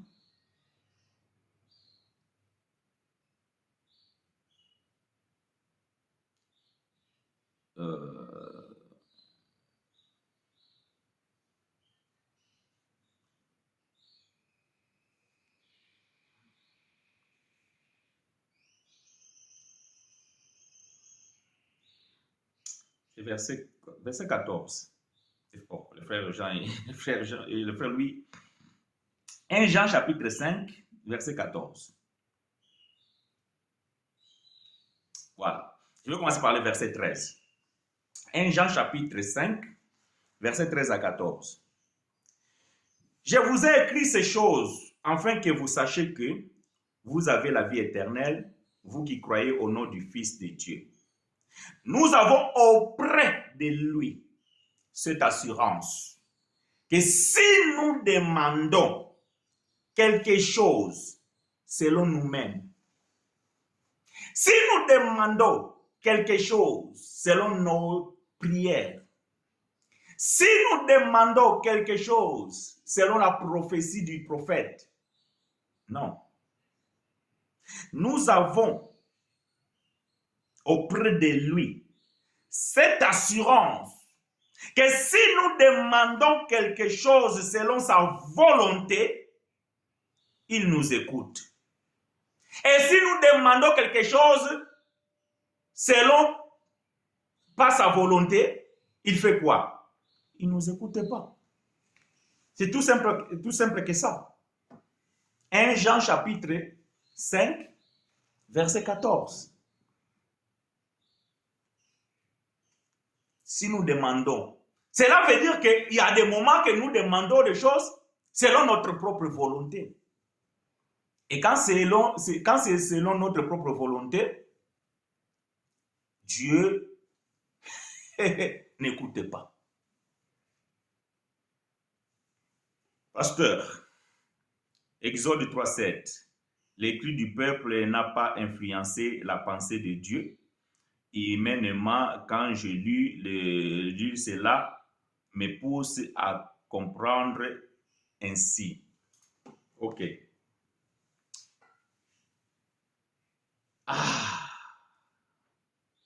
C'est très difficile. Tu as raison de dire que humainement, ça j'aime. Ça j'aime. Mais, attends 2 secondes. 2 secondes.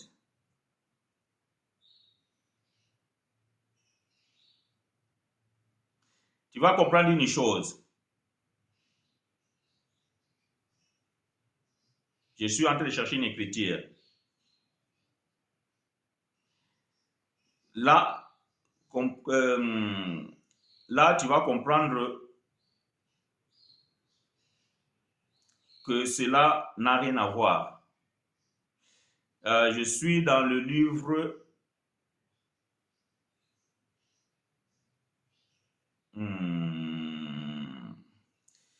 Je suis dans le livre de Genèse.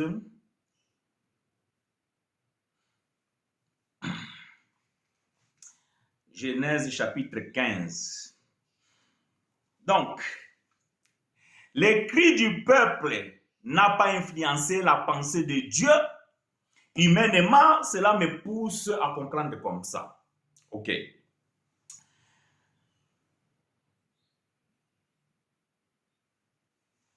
Bon, lisons la Bible quand même.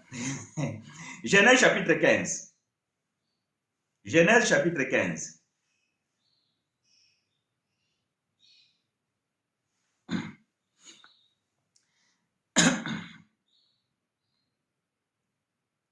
Genèse chapitre 15. Verset 13.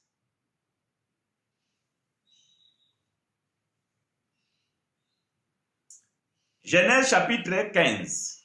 Tu vas comprendre que le dessein de Dieu ne peut pas être altéré par qui que ce soit. Je lis pour vous et avec vous. Genèse chapitre 15, verset 13. Et l'Éternel dit à Abraham, sache que tes descendants seront étrangers dans un pays qui ne sera point à eux. Ils seront asservis et on les opprimera pendant 400 ans. Mais je jugerai la nation à laquelle ils seront asservis et ils sortiront ensuite avec de grandes richesses. La promesse de Dieu, le dessein de Dieu. Ça, c'est le dessein de Dieu. Donc, oublie d'abord Israël en Égypte. Donc, quand Dieu parlait ici, Israël n'existait pas. Dieu donna la promesse à Abraham. Il dit que tes descendants, ils vont se retrouver dans un pays pendant 400 ans. Quel est ce peuple-là? Israël. Dans quel pays? En Égypte. Bon, ok. La Bible dit que non, Moïse dit, appelant Moïse, il dit que j'ai entendu la cri de mon peuple. Eh, écoutez bien. Israël, lorsqu'il était en Égypte, il n'a jamais prié Dieu. D'ailleurs, il était privé de ce Dieu-là. N'avait même pas la notion de ce Dieu-là, parce qu'il n'y avait aucune écriture. Moïse n'avait pas encore écrit le livre d'Exode, le livre de la loi. Parce que le livre de la loi, Moïse l'a écrit dans les déserts, après la sortie de l'Égypte. Maintenant, le peuple en Égypte devait connaître, comment devait-il connaître Dieu? Il n'y avait aucun manuscrit. Il n'y avait aucun prophète. Qui devait enseigner le peuple, afin que le peuple puisse prier? Quand est-ce que tu as lu dans la Bible que non, Israël en Égypte, ils ont prié, ils ont demandé le secours de Dieu? Il n'y en a pas. C'est une façon de Dieu de parler à Moïse. Quand Dieu dit que j'ai entendu le cri de mon peuple, c'est qu'il a entendu le pleur, la souffrance, la maltraitance. Mais cela était dans le plan de Dieu. Voilà ce que tu dois retenir. C'était dans le plan de Dieu. Dieu, c'est un scénariste. Donc, il avait déjà proclamé cela en Abraham. Il dit que tes descendants, ils seront dans la captivité 400 ans. Et la promesse de Dieu ne peut pas faillir. Cela doit s'accomplir. Donc, humainement, comme toi tu as pensé, ce n'est pas dans la pensée de Dieu. Ça, c'est dans ton pensée humaine. Mais rentre dans la pensée de Dieu, c'est qu'Israël a subi, c'était le plan de Dieu parce qu'il avait déjà dit 400 ans avant. Et ce n'est pas facile, ce n'est pas 4 jours. Ce n'est pas un an. 400 ans avant, Dieu avait déjà dit ce qui devait arriver. Donc, quand on croit humainement à certains sentiments, cela est légitime parce qu'on est des humains. Humainement, il y a certaines choses, on peut même dire que non, c'est injuste. Mais Paul pose la question, Dieu est-il injuste? Loin de là. Mais humainement, on peut vraiment se dire, Seigneur, mais pourquoi? Non, ce n'est pas possible. Ce n'est pas juste. Un homme dit à Dieu que cela n'est pas juste. Toi, tu es qui pour dire Dieu n'est pas juste? Alors qu'il est juste dans tout ce qu'il fait. Mais toi, parce que tu es en train de vivre une situation, tu as l'audacité de dire que ce n'est pas juste. Qu'est-ce que l'argile peut-il dire au potier? N'est-ce pas le potier qui est le maître, qui sait qu'avec cette argile, il fait ce qu'il veut? Maintenant, un homme, il va porter jugement à Dieu. Pourquoi? Parce que tu es en train de souffrir. Pourquoi? Parce que tu as perdu le travail. Pourquoi? Parce que tu viens de perdre un proche. C'est toi le maître de ces choses. Qui est le maître du temps et des circonstances? N'est-ce pas lui? Mais voilà. C'est lorsqu'on a la foi et que lorsqu'on comprend la parole de Dieu et les promesses de Dieu, alors, il y a des situations que lorsque cela arrive humainement, on est touché, mais on doit vite nous ressourcer dans la parole de Dieu.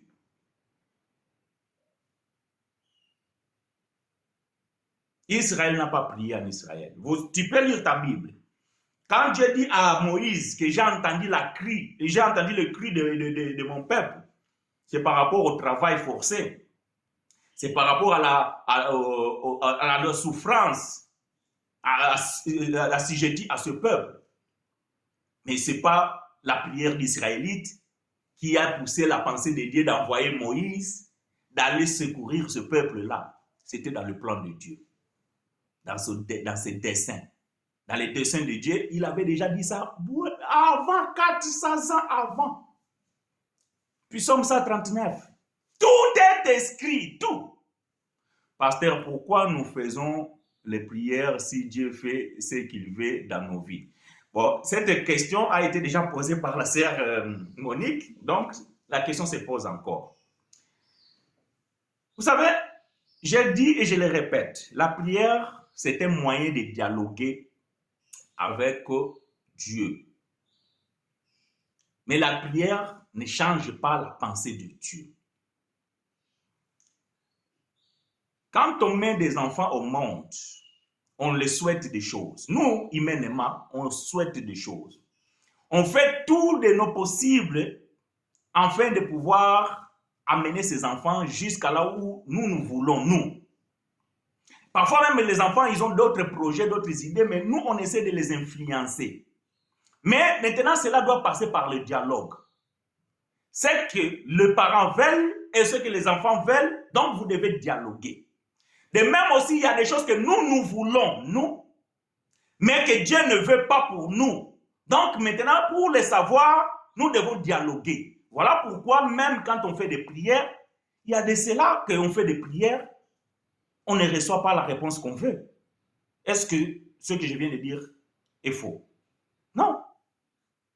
Combien de fois on a prié pour une situation, mais c'est le contraire qui est arrivé alors que nous demandions exactement quelque chose précis. Mais c'est le contraire. Maintenant, on pose la question, Dieu n'a pas entendu la prière? Mais Dieu a exaucé sa propre volonté. Mais cela a fait de sorte que nous puissions maintenir cette relation. Voyez-vous, cette relation. La prière ne change pas. Jésus est venu, Fils de Dieu, pour accomplir les desseins de son Père, mourir à la croix. Mais en portant la chair et le sang, il était assujetti ou bien il était soumis à la faiblesse humaine. Voyant la mort venir, il pria avec insistance 3 fois, demanda la même chose. Si est possible, éloigne-moi de cette coupe. S'il est possible, éloigne-moi cette coupe. Mais est-ce que cela était la volonté de Jésus? Ou cela était la volonté de Dieu de mourir? La volonté de Dieu, c'est que Jésus devait mourir. C'est pour cela qu'il était venu. Mais la volonté de la chair est faible, l'esprit est bien disposé. C'est d'ailleurs dans ces chapitres-là où Jésus sort ses paroles. Jésus fait la prière. Mais il comprend vite que sa prière ne peut pas être exaucée. Lui-même doit dire toutefois. Toutefois quoi? Que ma volonté doit se faire parce que je suis ton fils. Non. Toutefois, que cela ne soit pas ma volonté, mais la tienne. Eh bien, soyez mes imitateurs comme je le suis de Christ. Soyez les imitateurs de Christ. Quand vous priez, toutefois que la volonté de Dieu soit faite. C'est ça la conclusion de vos prières. C'est pour cela Paul dit, rendez grâce en toutes choses et en toutes circonstances. Cela est la volonté de Dieu à votre égard en Jésus-Christ. Donc, c'est toujours la volonté de Dieu. 1 Jean chapitre 5, verset 14 dit, si nous avons l'assurance en lui, tout ce que nous demanderons selon sa volonté, il nous écoute. Donc, nous ne prions pas pour obtenir des choses de la part de Dieu, mais nous prions pour garder cette relation. Et dans nos prières, quand vous êtes mature, vous devez arrêter d'être mendiant, mais vous devez maintenant être des adultes. C'est-à-dire que dans vos prières, vous devez maintenant louer plus l'Éternel, vous devez rendre grâce à l'Éternel, vous devez prier de ce que l'Éternel est, que passez votre temps tout le temps à mendiant. Seigneur, je veux ça. Seigneur, je veux le mariage. Seigneur, je veux ceci. Je veux tout ça là. Mais tu n'as jamais remercié Dieu. Toi, c'est toujours donne-moi, donne-moi, donne-moi, donne-moi. Où sont les actions de grâce? Bon, vous êtes en train de préparer les enveloppes déjà là pour la fin de l'année. Ça, c'est des bêtises. Tous les jours, vous devez faire la prière d'action de grâce. Après, est-ce que Frère Chino est tenté de dire non, il ne faut plus prier, demander tout ça? Non, ce n'est pas ce que je suis en train de dire. Mais simplement, quand vous demandez des choses et que cela n'est pas dans la volonté de Dieu, rien ne se fera. Voilà ce que je veux dire. Rien ne se fera. Et c'est alors que vous allez tomber dans l'écriture de Frère Jacques. Quand vous demandez, vous ne recevez pas parce que vous priez mal. Parce que ce que vous demandez, c'est juste pour satisfaire vos propres désirs. La Bible ne dit pas de ne pas prier. Je répète. Donc, Dieu qui connaît toutes les choses, mais écoutez ce que Frère Jean vient de dire. Je répète, 1 Jean chapitre 5, verset 14. Nous avons auprès de lui cette assurance. Ça, c'est la foi, la ferme assurance. Donc, nous l'avons. Que si nous demandons, ça veut dire que nous devons prier. Voilà, nous devons prier. Que si nous demandons quelque chose selon sa volonté, voilà la nuance. Selon sa volonté. Matthieu 7, 7.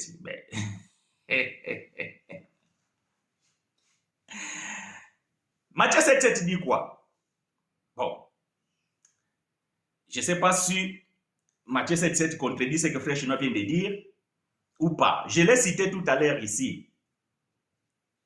Demandez, on vous donnera. Frappez, on vous ouvrira. Et cherchez et vous trouverez.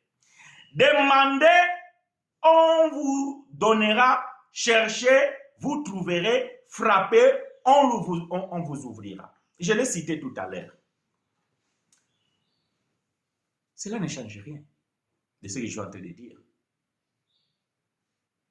Cherchez selon la volonté de Dieu, vous trouverez. Frappez selon la volonté de Dieu, on vous ouvrira.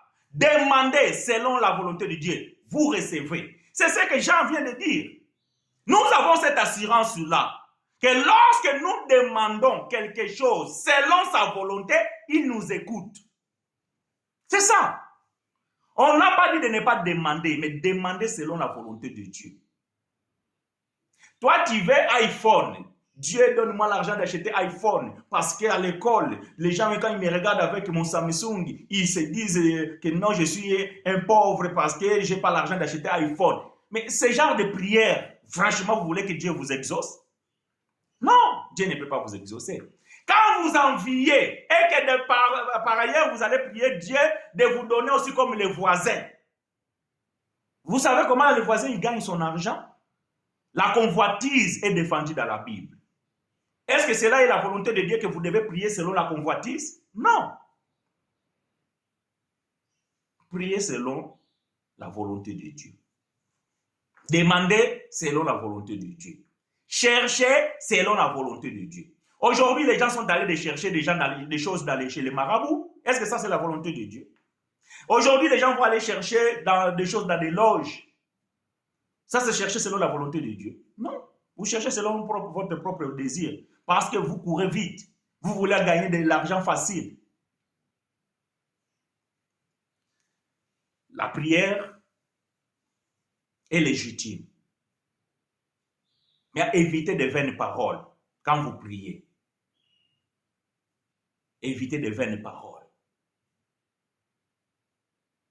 Les vaines paroles, ce n'est pas répéter la même chose plusieurs fois. Non. Les vaines paroles, c'est de demander des choses dont cela ne rentre pas dans la volonté de Dieu. C'est ça, les vaines paroles.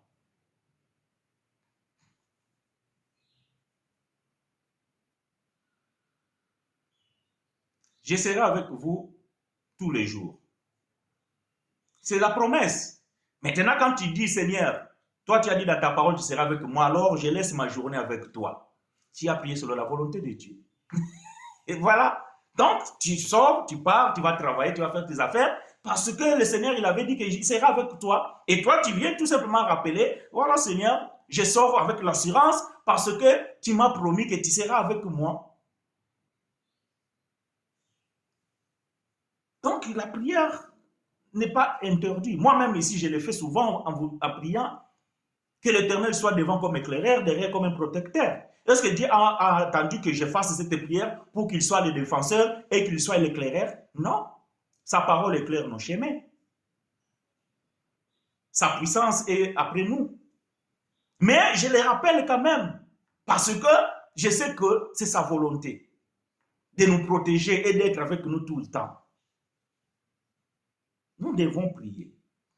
Mais le problème, c'est dans la nuance de nos prières. C'est ça, c'est dans les nuances de nos prières. Et parfois, tout simplement, il faut ramener Dieu dans ce qu'il a dit et de ce qui est sa volonté.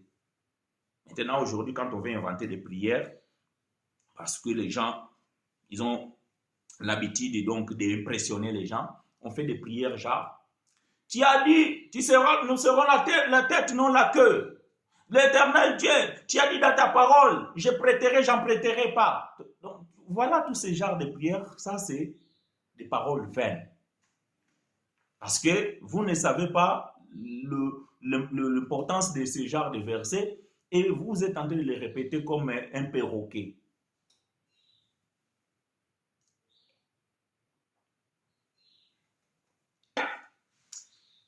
Que Dieu nous fasse grâce. Donc, nous comprenons que la prière des frères Ézéchias n'a pas influencé les desseins de Dieu parce que Dieu avait déjà donné la promesse à David que c'est par lui que le Messie devait venir.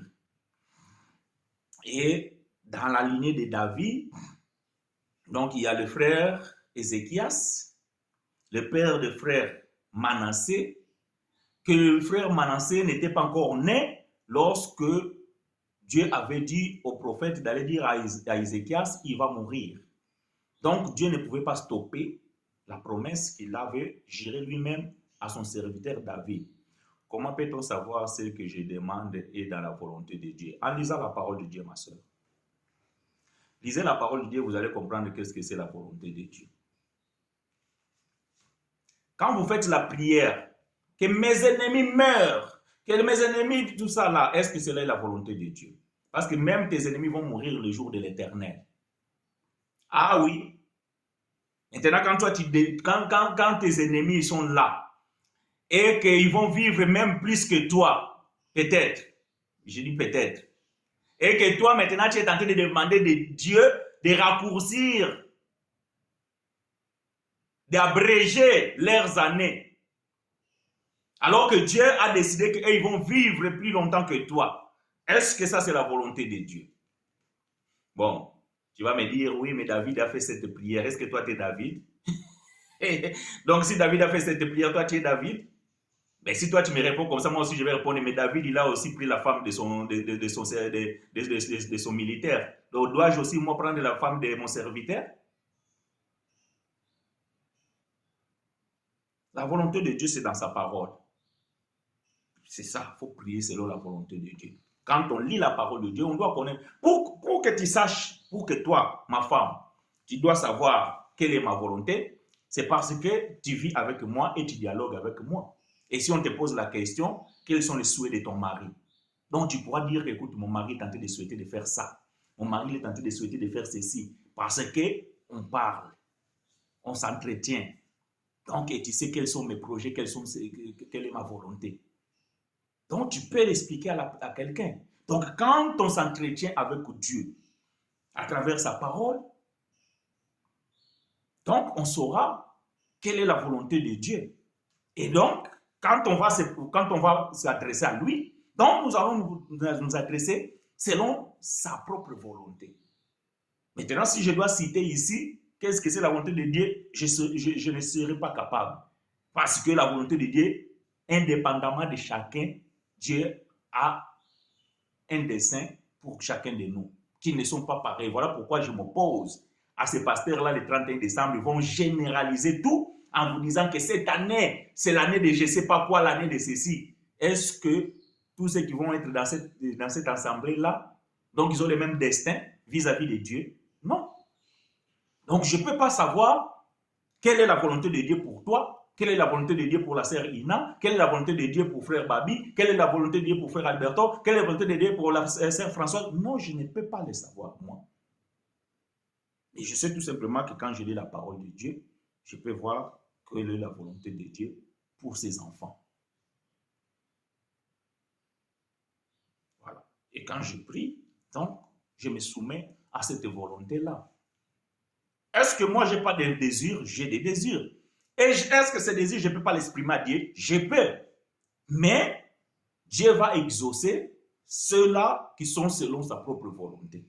C'est tout. Ah oui, c'est tout. En disant cela, est-ce que Frère Chinois dit que donc nous ne devons pas prier? Non, loin de là.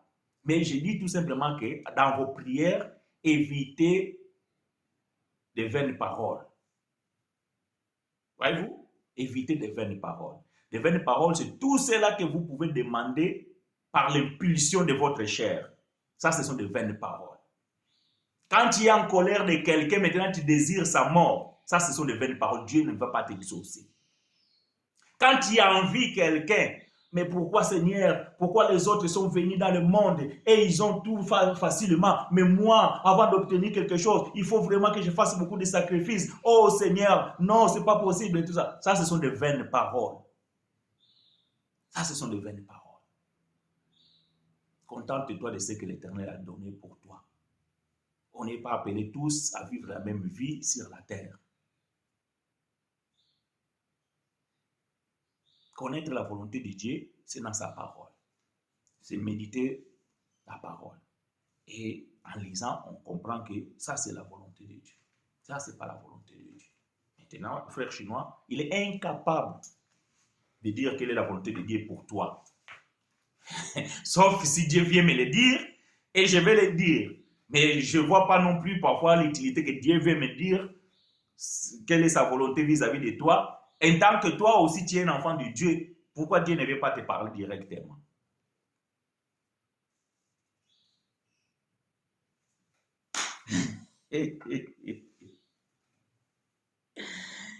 Donc, bien-aimés frères et sœurs, pour mettre point virgule, donc nous avons compris que les frères Ézéchias ne pourraient pas mourir cette année-là, que Dieu a envoyé le prophète Ésaïe d'aller lui dire de préparer sa maison parce qu'il mourra. Pourquoi? Parce que la promesse que Dieu avait faite à David ne pouvait pas s'interrompre et que l'un des ancêtres de Jésus, le frère Manassé, devait naître donc par le frère Ézéchias. Et la Bible nous prouve que le frère Manassé est né 3 ans après que son père ait prié. Mais Dieu confirme, ce n'est pas à cause de la prière d'Ézéchias, mais c'est à cause de sa promesse qu'il avait fait à son serviteur David, le père de frère Ézéchias. Voilà pourquoi la bénédiction de Dieu pour un enfant de Dieu peut aller jusqu'à la 1000e génération. Parce que quand Dieu fait une promesse à toi, et que cette promesse lie ta descendance, ces choses doivent s'accomplir. Oui, ces choses doivent s'accomplir. Le frère Alberto, il nous a dit que Dieu a entendu la prière d'Israël, voilà pourquoi il est venu secourir. Mais la parole nous montre que non, Israël n'a jamais prié, Israël n'a jamais demandé Dieu, Israël ne connaissait pas Dieu lorsqu'ils étaient en Égypte. Mais Dieu est venu pour accomplir son dessein parce qu'il avait fait une promesse à son serviteur Abraham que sa descendance devait aller à la captivité pendant 400 ans. Et donc, lorsque le temps est venu, donc Dieu devait maintenant venir accomplir sa promesse. Car, dit la parole de Dieu, les desseins de l'Éternel subsistent à toujours et les projets de son cœur de génération à génération. Que l'Éternel nous soit favorable, bien-aimés frères et sœurs. Nous bénissons l'Éternel et nous allons prier.